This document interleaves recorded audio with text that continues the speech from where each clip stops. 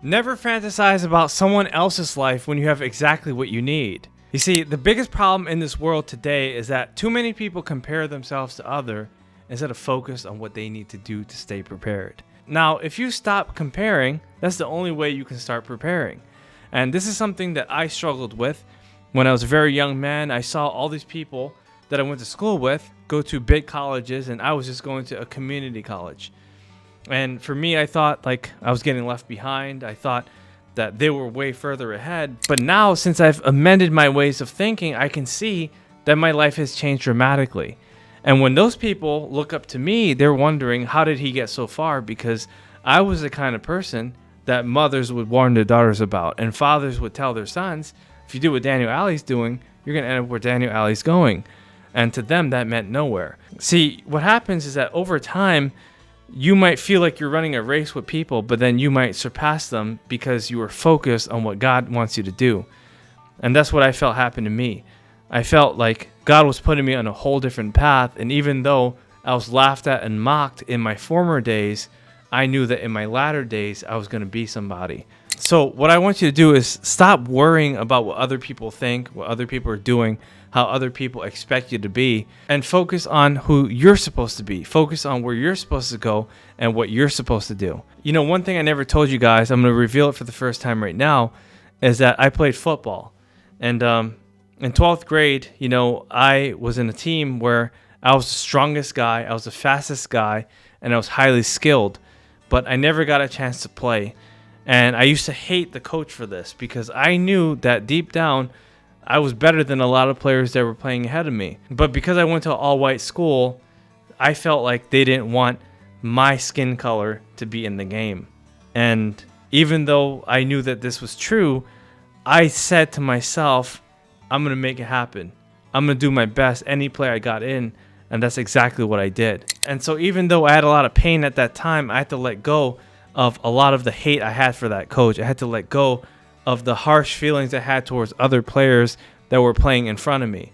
And I had to realize like this was just a silly game that I just wasn't allowed to play because God was actually protecting me from the damage that could have been done. And when I realized like that wasn't my game to play, God gave me a whole different game. And this is exactly what happens in life, because sometimes we're mocked, sometimes we're looked down upon, sometimes we're shamed by other people, and it's not fair, but God does something, right? God does something very special. The funny thing is that the last time I saw the star running back, who was a major player on our team, and he was the best player, he was working at a deli in a supermarket, and he was making $10 an hour. And so I don't laugh at him, but I realized like my trajectory was far greater than anyone else's on that team.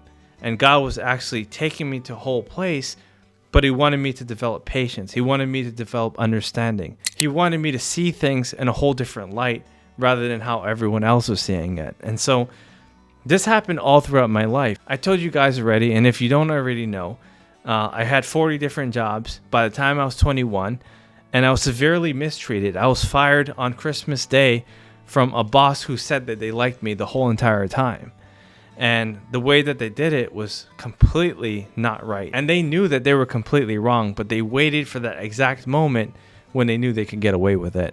And so all I'm saying is that like you don't have to pent up your frustrations. You don't have to hoard your pain and feel like the world is against you. Instead, you have to turn that pain into power and do something about it. You see, God will never give you peace for something you were never meant to settle for. And if I had played in football or if I had worked out in those jobs, then I would have had too much peace. I would have been too content. I would have been so happy that I wouldn't have been able to see the next thing that he was about to do in my life.